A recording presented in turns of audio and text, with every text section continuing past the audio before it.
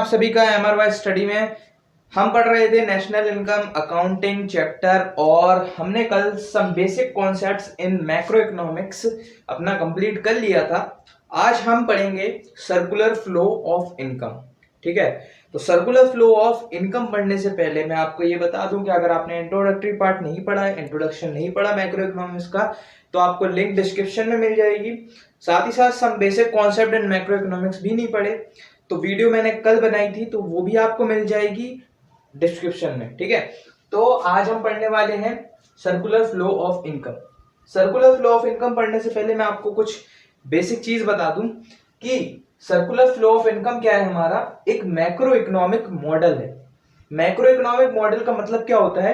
Macro economic model का मतलब ये होता है, अगर हम आसान शब्दों में बोलें तो मैक्रो इकोनॉमिक मॉडल का मतलब ये होता है कि जो भी वर्क है, जो इकोनॉमी का, जो मैक्रो इकोनॉमी होती है हमारी, उसका जो वर्क है वो हम किसी ग्राफिकल रिप्रेजेंटेशन के जरिए या मैथमेटिकल या फिर एनालिटिकल रीजनिंग के जरिए हम उसको समझाते हैं। जो हमारी मैक्रो इकोनॉमी है उसको समझाते हैं, सिंप्लीफाई करते हैं। मैक्रो इकोनॉमिक मॉडल समझना इतना जरूरी क्यों है कि देखो, मैक्रो इकोनॉमिक मॉडल हमारे जितने भी अभी चैप्टर्स आएंगे सब में मैक्रो इकोनॉमिक मॉडल के जरिए हम क्या मैक्रो इकोनॉमी को समझाएंगे। इसीलिए ये मैक्रो इकोनॉमिक मॉडल की डेफिनेशन मैंने आपको बता दी। दूसरी चीज, सर्कुलर फ्लो ऑफ इनकम आज हम पढ़ने वाले थे, तो सर्कुलर फ्लो ऑफ इनकम हम पढ़ेंगे। तो सर्कुलर फ्लो ऑफ इनकम क्या है? The concept that the aggregate value of goods and services produced in an economy is going around in a circular way, either as factor payments, profit, rent, wages, interest, or as expenditure on goods and services, or as the value of aggregate production। मतलब समझना बहुत आसान तरीके से समझाऊंगा। देखो, circular flow of income, circular flow का मतलब फ्लो, कल हमने फ्लो पढ़ा था। फ्लो क्या है? फ्लो चलता जाता है टाइम पीरियड के हिसाब से। ठीक है, तो सर्कुलर फ्लो, सर्कुलरी, और किसका फ्लो हो रहा है? इनकम का फ्लो हो रहा है। तो the concept that the aggregate value of goods and services, aggregate value of goods and services का मतलब क्या कि हमारे पास एक प्रोडक्शन यूनिट होती है। प्रोडक्शन यूनिट होती है एक इकोनॉमी में, जिसको हम फर्म बोलते हैं। तो वो क्या प्रोड्यूस करती है? वो गुड्स एंड सर्विसेज प्रोड्यूस करती है। दूसरी चीज, produced in an economy is going around in a circular way, circular way में जा रही है। मतलब कि अब ये सर्कुलर वे में कैसे जाएगी? ईदर एज फैक्टर पेमेंट, जो गुड्स एंड सर्विसेज फर्म ने बेचे तो उनके बदले में फर्म को क्या मिलता है? रेवेन्यू मिलता है। तो रेवेन्यू जब मिलता है तो वो क्या कर देती है? इनकम के फॉर्म में उसे किसको दे देती है? Factor of production. Factor of production हमने पढ़े थे, एंटरप्रेन्योर, ठीक है, लैंड, लेबर, कैपिटल, तो इनको क्या कर देती है? इनमें डिस्ट्रीब्यूट कर देती है। तो वो क्या हो जाता है? वो प्रॉफिट, रेंट, वेजेस, इंटरेस्ट के रूप में उसको फैक्टर इनकम मिलती है। और as expenditure on goods and services, अब ये इनकम जो है वो किसके पास आ गई? वो एक हाउस होल्ड के पास आ गई। हाउस होल्ड के पास जब आएगी तो ये इनकम कहाँ जाएगी? ये इनकम जाएगी वापस किसमें? प्रोडक्शन यूनिट में जाएगी। प्रोडक्शन यूनिट में कैसे जाएगी? In the form of expenditure. In the form of expenditure वो प्रोडक्शन यूनिट में जाएगी। अब जब एक्सपेंडिचर हो गया और as the value of aggregate production, तो एक्सपेंडिचर के बाद जो एक्सपेंडिचर, अब फर्म भी तो करेगी एक्सपेंडिचर किस पर? और गुड्स प्रोड्यूस करने पे और सर्विसेज देने में। तो वो एक्सपेंडिचर वापस कहां चला गया? प्रोडक्शन यूनिट में चला गया। तो ये एक सर्कुलर फ्लो रहता है एक इनकम का, कि इनकम पहले हमारी फैक्टर ऑफ प्रोडक्शन के पास गई, फैक्टर ऑफ प्रोडक्शन ने क्या करा? उससे गुड्स एंड सर्विसेज खरीदे, और गुड्स एंड सर्विसेज से फिर वो कहां चली गई? दूसरे गुड्स और सर्विसेज प्रोड्यूस करने में। तो ये क्या है? सर्कुलर फ्लो चलता रहता है हमारा इनकम का, इसको बोलते हैं हम सर्कुलर फ्लो ऑफ इनकम। ठीक है, अब सर्कुलर फ्लो ऑफ इनकम जो होता है हमारा, वो कुछ तरीकों से समझाया गया है हमारे मैक्रो इकोनॉमिक्स में। वो 2 सेक्टर इकोनॉमी की मदद से भी समझाया गया, वो 3 सेक्टर इकोनॉमी की मदद से भी समझाया गया, और 4 सेक्टर इकोनॉमी की मदद से भी समझाया गया। लेकिन हमारे सिलेबस में बेसिकली 2 सेक्टर इकोनॉमी को रखा गया है, इसीलिए हम 2 सेक्टर इकोनॉमी पढ़ेंगे। जहां तक बात है हमारे सेक्टर्स की, तो हमारी इकोनॉमी में 4 सेक्टर्स होते हैं, जो कि मैंने आपको इंट्रोडक्शन में पढ़ाया था। कौन कौन से? फर्म, हाउस होल्ड, गवर्नमेंट और एक्सटर्नल सेक्टर या फिर रेस्ट ऑफ द वर्ल्ड। ये सारे सेक्टर्स जो होते हैं ये इनका सर्कुलर फ्लो चलता है। उसी तरीके से टू सेक्टर इकोनॉमी में हाउस होल्ड और फर्म वर्क करती है, जिसको हमें पढ़ना है जो हमारे सिलेबस में है। तो टू सेक्टर इकोनॉमी को हम समझते हैं। सो ये हमारा circular flow of income in two sector economy. Circular flow of income in two sector economy में कुछ अजम्पशंस हैं। अजम्पशन समझने के लिए क्या करेंगे हम, अजम्पशंस देखो सादा होती हैं, देखो कुछ इसमें ज्यादा दिमाग लगाने वाली चीज नहीं है। जो हमारा मैक्रो इकोनॉमिक मॉडल बनेगा उसी के बेस पर जो अजम्पशंस होती हैं। देखो हम क्या पढ़ रहे हैं, टू सेक्टर इकोनॉमी पढ़ रहे हैं। तो पहली अजम्पशन क्या हो जाएगी, there are only two sectors in an economy, firm and household. ठीक है, सिंपल। दूसरी अजम्पशन क्या होगी, household spends their entire income on the goods and services produced by the income. अब भाई जब एक ही प्रोडक्शन यूनिट है, फर्म ही है हमारे पास, एक ही सेक्टर है जिस पर वो स्पेंड कर सकता है, दूसरा कोई नहीं है, तो अब वो क्या करेगा, जितनी भी उसकी इनकम है वो किस पर स्पेंड कर देगा, गुड्स एंड सर्विसेज पर स्पेंड कर देगा। जो प्रोड्यूस करी किसने, फर्म ने प्रोड्यूस करी, उस पर पूरा स्पेंड कर देगा। ठीक है, एंटायर इनकम पूरी। ठीक है, थर्ड आता है हमारा household do not save and do not pay taxes to the government. Household क्या कर रहा है, हाउस होल्ड टैक्स पे नहीं कर रहा है और जो उसकी सेविंग्स है वो भी वहां पर नहीं हो रही, saving is zero. Then the government is not present in the economy because the household is not paying the taxes. ठीक है, तो ये आपको यहाँ पर ध्यान रखना है कि गवर्नमेंट नहीं है, टैक्सेस वो पे नहीं कर रहा।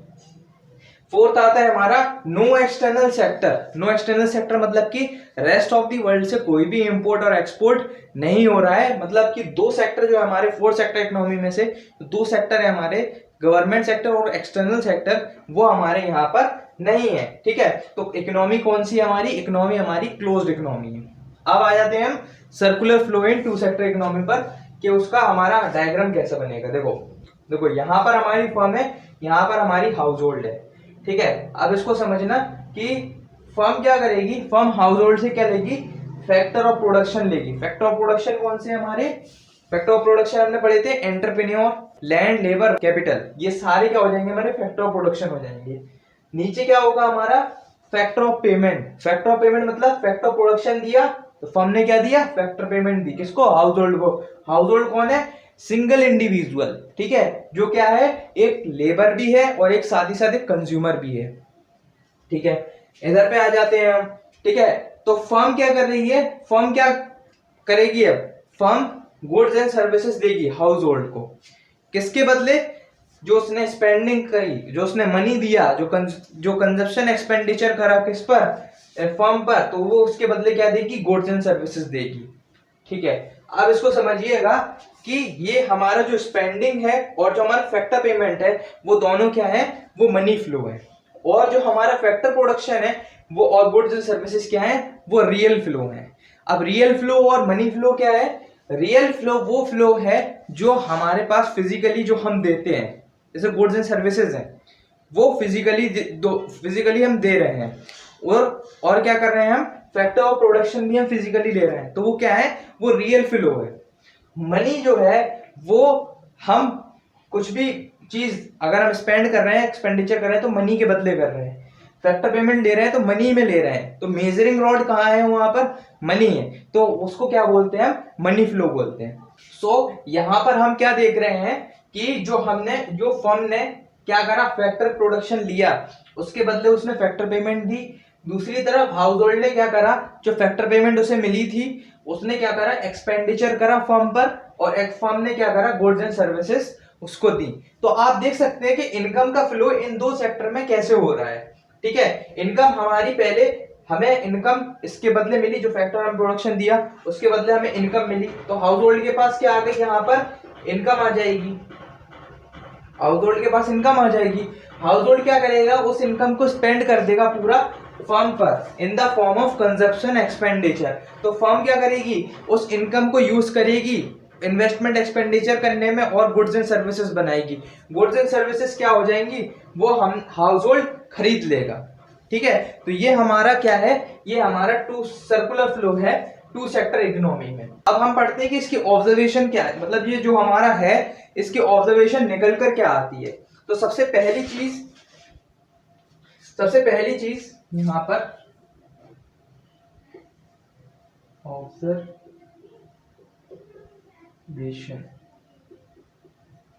ऑब्जर्वेशन हम पढ़ते हैं कि ऑब्जर्वेशन इसकी क्या निकल के आती है। यहां पर ऑब्जर्वेशन ये निकल कर आती है कि जो हमने aggregate goods and services,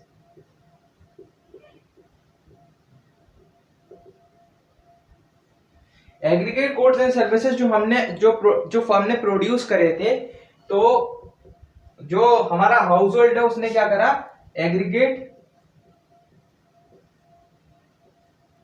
consumption expenditure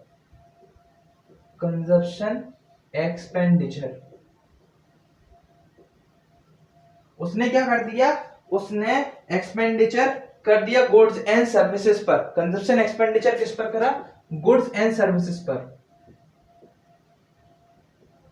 तो यहां पर हमें क्या देखने को मिल रहा है कि जो उसकी फुल वैल्यू थी गुड्स एंड सर्विसेज की, वो पूरी कंजप्शन एक्सपेंडिचर किसने कर दिया, हाउस होल्ड ने। ठीक है, तो यहां पर पहली ऑब्जर्वेशन आती है।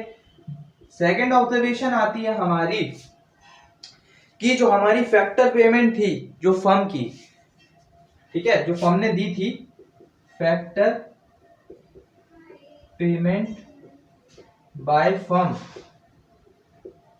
Factor payment by firm is equal to the, factor payment by firm is equal to the factor income of household. Factor payment of by firm is equal to the factor income of the household. कहने का मतलब क्या है, कहने का मतलब ये है फैक्टर पेमेंट बाय फर्म मतलब कि जो हमारे पास टोटल रेवेन्यू आया था,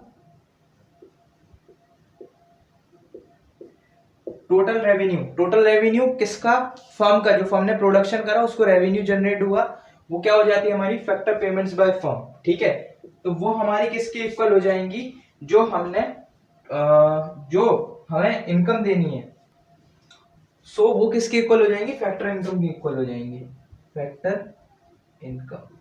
ठीक है, ये ऑब्जर्वेशन जो मैं आपको बता रहा हूं, ये आपको एग्जाम में लिखना कंपलसरी है।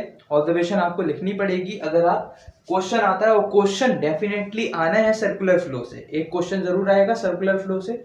इनटू सेक्टर इकोनॉमी में भी आ सकता है, या किसी भी तरीके से वो क्वेश्चन पूछ सकते हैं, क्योंकि ये 12 मार्क्स का है, तो तीनों तरीके से क्वेश्चन पूछ सकते हैं। ठीक है, थर्ड ऑब्जर्वेशन हमारी क्या बनेगी यहाँ पर, थर्ड ऑब्जर्वेशन बनेगी कि टोटल एक्सपेंडिचर, टोटल एक्सपेंडिचर क्या होता है हमारा, कंजप्शन एक्सपेंडिचर और इन्वेस्टमेंट एक्सपेंडिचर। इन्वेस्टमेंट एक्सपेंडिचर क्या होगा, इन्वेस्टमेंट एक्सपेंडिचर,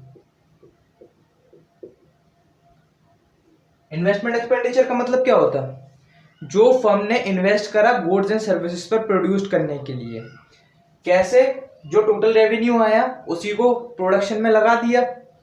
ठीक है, तो एक्सपेंडिचर करा, वो हमारा किसके इक्वल हो जाएगा, वो हो जाएगा कंजप्शन एक्सपेंडिचर के, कंजप्शन एक्सपेंडिचर, कंजप्शन एक्सपेंडिचर के इक्वल हो जाएगा, जिसमें क्या होगी, सेविंग जो होगी हमारी, सेविंग क्या होगी, जीरो होगी। सेविंग क्या है, जीरो है, सेविंग नहीं है। सारा पैसा किस पर खर्च हो रहा है, गुड्स एंड सर्विसेज पर, कंज्यूम करने पर, प्रोड्यूस वो हो रहा है, खर्च हो रहा है। ठीक है, फोर्थ आता है हमारा कि जो हमारा मनी फ्लो है वो हमारे रियल फ्लो के अपोजिट है। Money flow is opposite to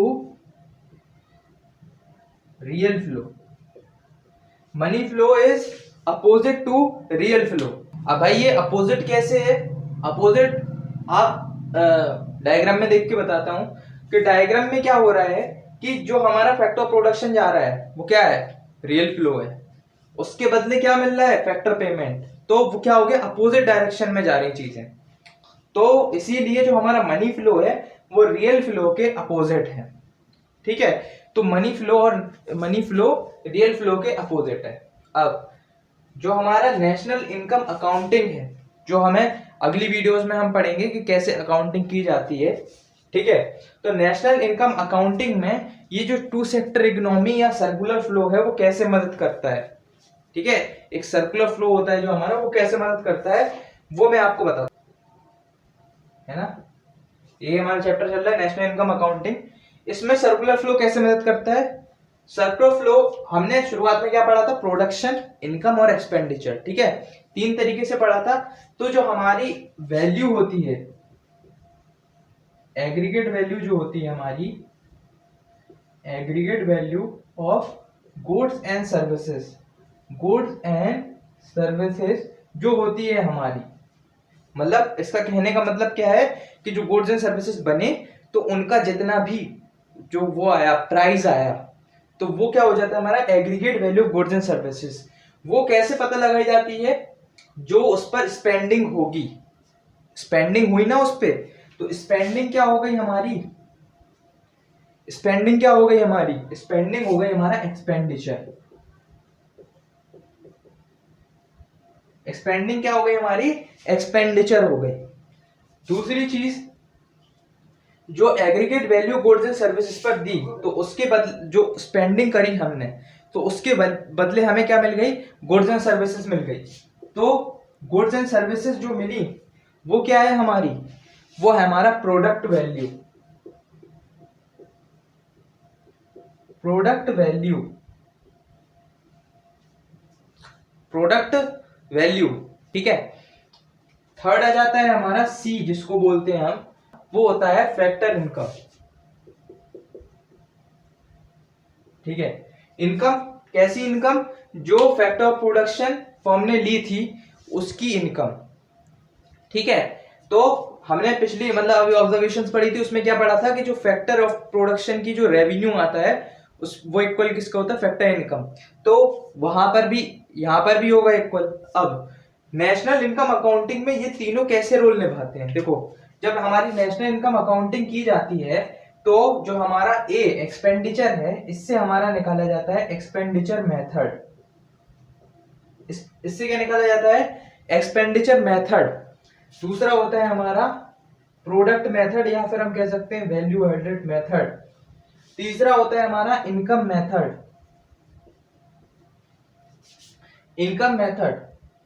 तो ये तीन तरीके हैं, हम इन तीनों को जब निकालते हैं तो हमारी जो इनकम की जो वैल्यू होती है वो सेम आती है। इसका कहने का मतलब ये है कि A is equal to B is equal to C, मतलब कि expenditure is equal to product value is equal to income. क्यों, क्योंकि इनकम जो है हमारी वो फ्लो हो रही है, फ्लो हो रही ना इनकम, इसीलिए तीनों चीजें इक्वल होती हैं। और हमारी नेशनल इनकम अकाउंटिंग में जो कैलकुलेशन होती है वो इन्हीं तीनों मेथड से की जाती है, ठीक है। अब यहां पर समझने वाली बात यह है कि कभी कभी प्रोडक्ट वैल्यू हमारी चेंज हो जाती है, ठीक है। कभी कभी क्या हुआ कि प्रोडक्शन हमारा कम हुआ, प्रोडक्शन हमारा कम हुआ तो प्रोडक्ट वैल्यू हमारी कभी कभी कम हो जाती है, या फिर हमारी क्या हुआ कि प्रोडक्शन के बाद थोड़ी उसकी जो प्राइस है वो बढ़ गई। तो उस केस में क्या होगा कि जो हमारा एक्सपेंडिचर है ना, एक्सपेंडिचर वो हमारी इनकम के इक्वल हो जाएगा, वो हमारी इनकम के इक्वल होगा। भले ही हमारा जो प्रोडक्ट है, प्रोडक्ट वैल्यू वो चेंज हो गई, लेकिन उससे क्या होगा कि प्रोडक्ट वैल्यू चेंज होने से प्रोडक्ट वैल्यू इक्वल नहीं होगी, लेकिन उस समय इनकम जो हमें मिली उसको हम टोटली स्पेंड करना है, हमें एंटायर इनकम को स्पेंड करना है, तभी एक्सपेंडिचर होगा इक्वल। तो उस केस में एक्सपेंडिचर इनकम हमारा इक्वल हो जाएगा और हमारा जो प्रोडक्ट वैल्यू है वो इक्वल नहीं कहलाएगी, ठीक है। तो इसके मदद से हम क्या कर सकते हैं कि जो हमारा इनकम मेथड है और एक्सपेंडिचर जो मेथड होता है वो उनका जो जो वैल्यू होती है वो सेम आती है, ठीक है। हम आगे पढ़ेंगे तीनों मेथड को, तो तब मैं आपको समझाऊंगा कैसे होता है ये, ठीक है। तो circular flow of income in two sector economy यहाँ पर हमारा खत्म होता है, ठीक है। इसमें अगर आपको कोई डाउट वगैरह हो तो आप कमेंट सेक्शन में लिख सकते हैं, ठीक है। मिलते हैं अपने अगले टॉपिक के साथ।